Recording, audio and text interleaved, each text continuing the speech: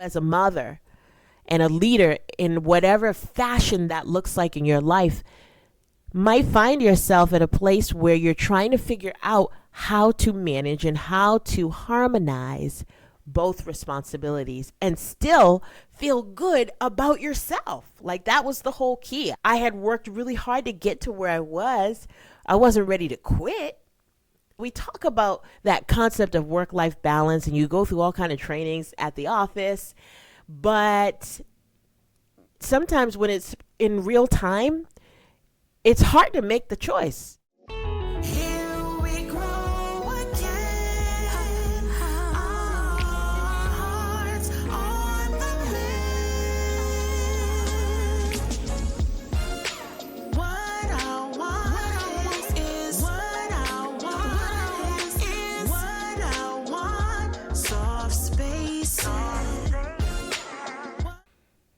Hey, and welcome to Softspaces Podcast, where I share a little bit of me to connect with a little bit of you so that together we can create a community of wholeness where our unmuted voices, our authentic self, is able to heal and thrive in every single area of our lives.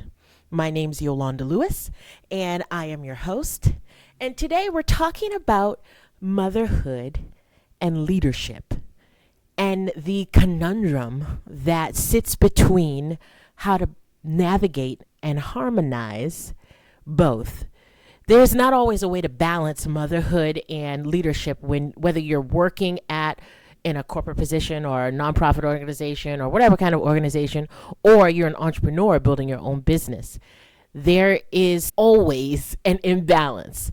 So the key to motherhood and this level of leadership is to find ways to harmonize what that looks like so you don't feel guilty about self-care time, so you don't feel guilty about not being able to be everything to everyone, including your peers at work, including your family, and including yourself. There is a way to consider yourself without guilt and still get things done and make it happen in all the boss ways that you are amazing. Let me give you an example. I remember when I worked for corporate America, and I had this amazing job. And in this job, I started to grow professionally, and I really became good at what I did. I was a consultant, and I was really good at what I did. Well, as a consultant, you are required to travel quite a bit, especially if projects are really popping off and the client is experiencing growth. So they want more of what you're offering and what you're being able to help them achieve and attain. And so there is more that's required of you. In this particular role, the entire team, we were rock stars at what we did, and we really made a lot of great change for the client. So naturally, projects increased. They gave us more projects. Naturally, that required more time of us getting together, which also meant more time away from our families. So while work is thriving, I would come home and my boys would be in tears to hear that I had to go on another trip. They hated it because at the end of the day, they didn't care if I was boss, consultant, big wig, whatever, for whatever client. They didn't care nothing about that because when I came home, I was mom. When I came home, I was the lady that cooks the good food and puts a lot of love in it. I was the one who wiped tears and read bedtime stories and all the things. And my husband contributed as well. This is just my podcast, not his. So these are all the things that I did. My boys hated when I wasn't around, so much so that our youngest son, who is autistic, he used to, let's say I was gone a week. By the end of the week, after Wednesday, Thursday, Friday, by Wednesday and Thursday, I would say Thursday definite, he would start being clingy to the teachers and want to sit in their lap and just be really clingy to them. And the good part about him being a part of an ASD program, autism spectrum disorder, ASD program, is that it's a small containment of students. So it wasn't a big deal that he wanted to sit in the teacher's lap because it was not a lot of students, so she could make time for that. Also because she was just an amazing, amazing woman teacher. She loved what she did, and that makes a difference when you love what you do for a living.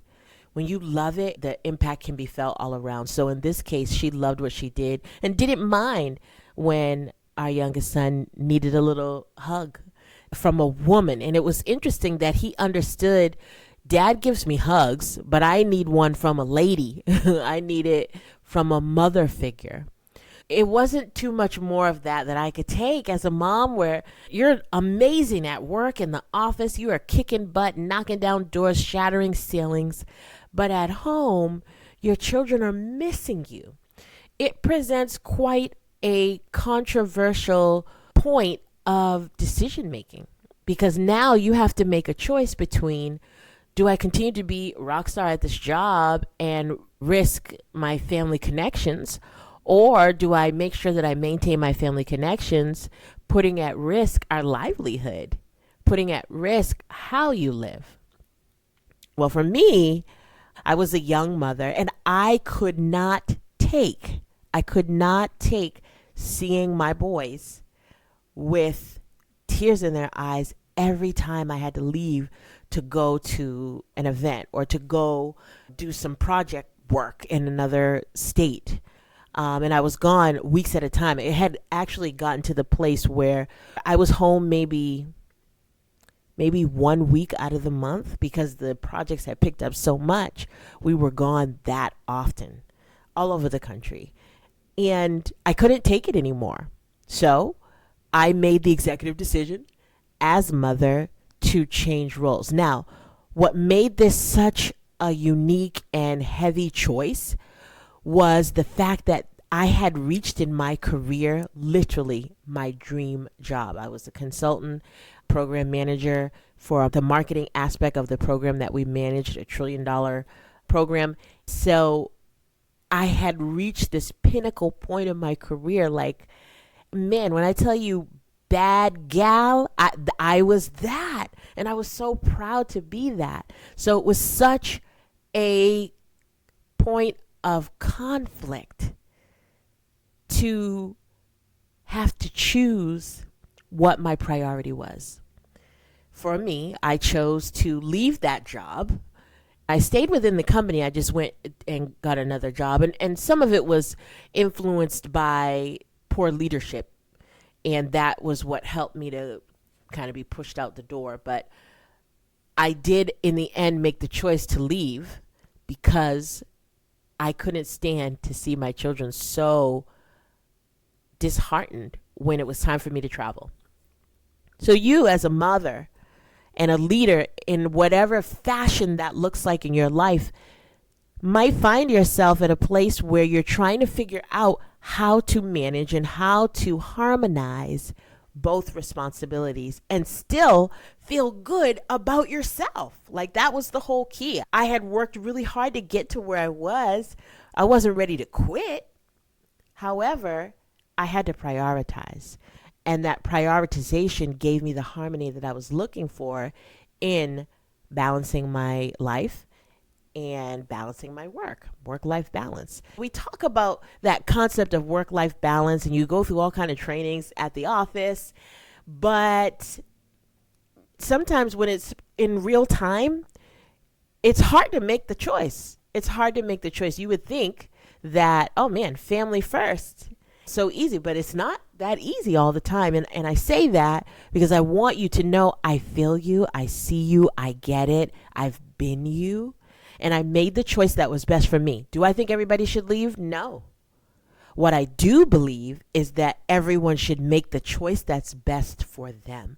So if you don't choose to leave, maybe you incorporate more family trips. Maybe you incorporate, like if leaving is not an option, you incorporate more time together. Perhaps you make it to where every Thursday is dinner out somewhere, or every Friday is popcorn in, and you make it a thing and you just have fun with it when your kids are little, because they're not little long. When I look back, I actually have zero regrets. I am glad that I made that choice for them, because in the end, they grew up and they now had memories of us doing things together. And then later, fast forward, all kinds of life and circumstance and technology has changed to where I can do business with a mind that is wise and has the experience under my belt, and recreate new dreams and live again in this new way. That being said, if you find yourself in a position where you're at the crossroad, you haven't made a decision yet, you're at the crossroad looking for some help in trying to figure out what is the best choice for you, I've got 3 tips I want to share with you. The first one is to make sure that you understand what your emotional capacity even is for motherhood and leadership. It's a matter of you looking at you realistically, without the fluff and without the excuses. We're good at that. We can create excuses for every and anything, but without the fluff and without the excuses, taking a look at what is your emotional capacity. For me, it killed me to see my children in tears every time I had to leave for a project. Other women, my peers that I worked with, they didn't feel bad at all. Their emotional capacity to handle the workload of, hey, I've got to go on this trip and then go and do an amazing job, didn't move them at all. And so hats off to those women. But that wasn't the woman that I was at the time in that scenario. So look at your emotional capacity, the load that you have to carry with motherhood and leadership. Where do you fall? Where are you in the spectrum of where that falls? Are you on the side of the spectrum that says, we're all right, we're moving along, there's some things and bumps that come up along the way, but we're cool, we're good, we're figuring it out together? Or are you along the side of the spectrum that says, this is beginning to be too much and I've got to make a choice?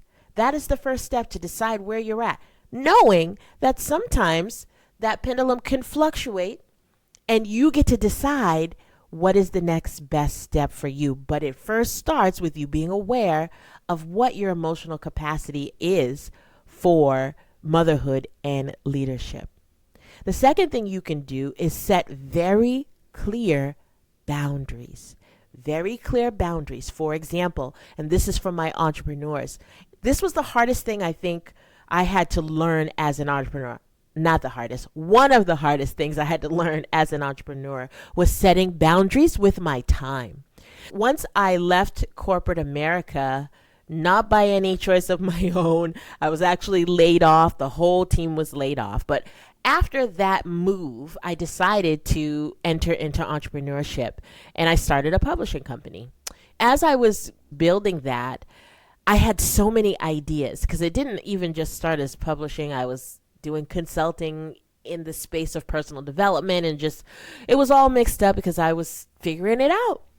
And it was great. However, with that being said, I had plenty of ideas and they would keep me up all night.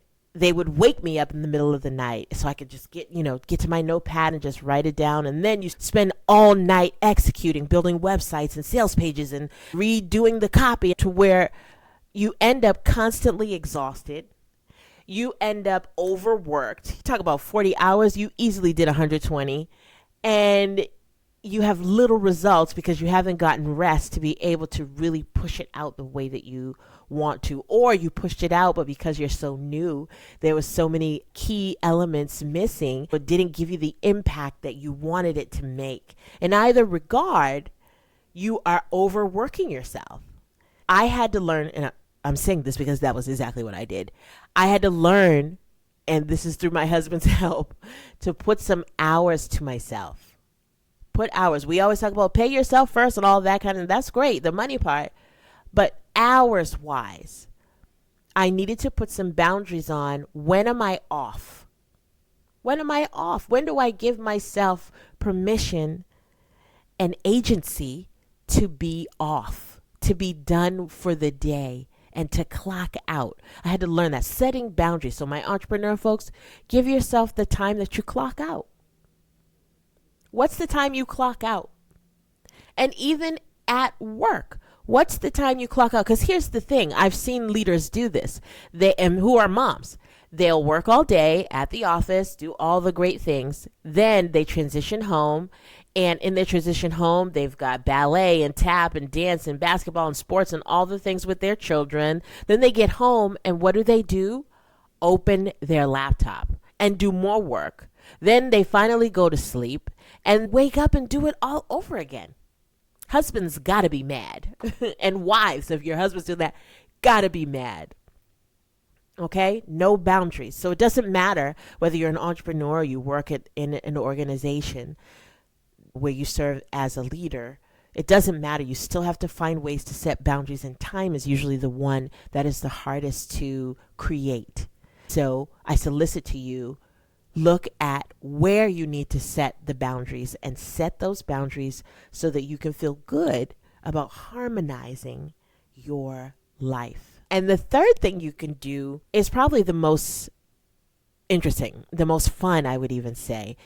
It is redefining self-care to exclude the guilt. Redefining self-care to exclude the guilt. When you look at self-care and what that means for your life, it is not something that you can enter in thought to feel guilty about. There's no way you should feel guilty about taking care of you. And if you do, you need to look at, why do you feel bad about preserving through self-care your life? When you preserve through self-care your life, you're elongating it so that you not only live longer, you live better. And that works to everyone's benefit. Absolutely everyone's benefit. In the coming days, take a look at how you define self-care and how you redefine it to harmonize your life. And in the meantime, you can take a breath. At the end of every episode of Softspaces Podcast, I welcome you into a soft space that allows us, through breath, to put our shoulders down, unwind, be ourselves, and really feel what that feels like in our body. Feel what that feels like in our mind and in our spirit, in our soul. In our soul, feeling a soft space. In this soft space, we take breaths, and we do 2 breaths in and out. And sometimes those breaths want us to make a sound. And when they do, we let it. We let ourselves make a sound.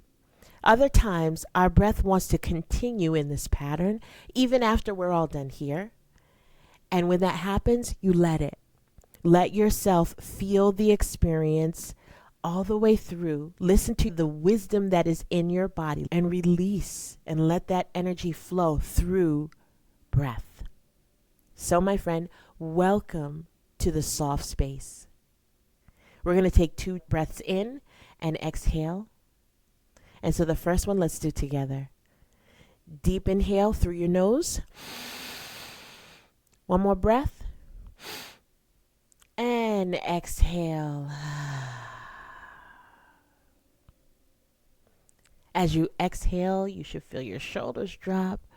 You should feel your abdomen go back in. When you take the deep breath, it should go out and go back in when you breathe out.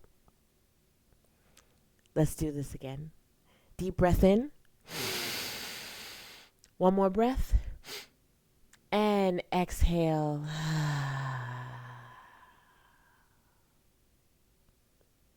Moms, you deserve to preserve, through rest, your life and your legacy and your energy and your power. Restoring your power happens through re-energizing. And you can do that through breath. If you find you want to keep breathing, keep doing it. And in the meantime, I'll see you on the next episode. Take care and God bless.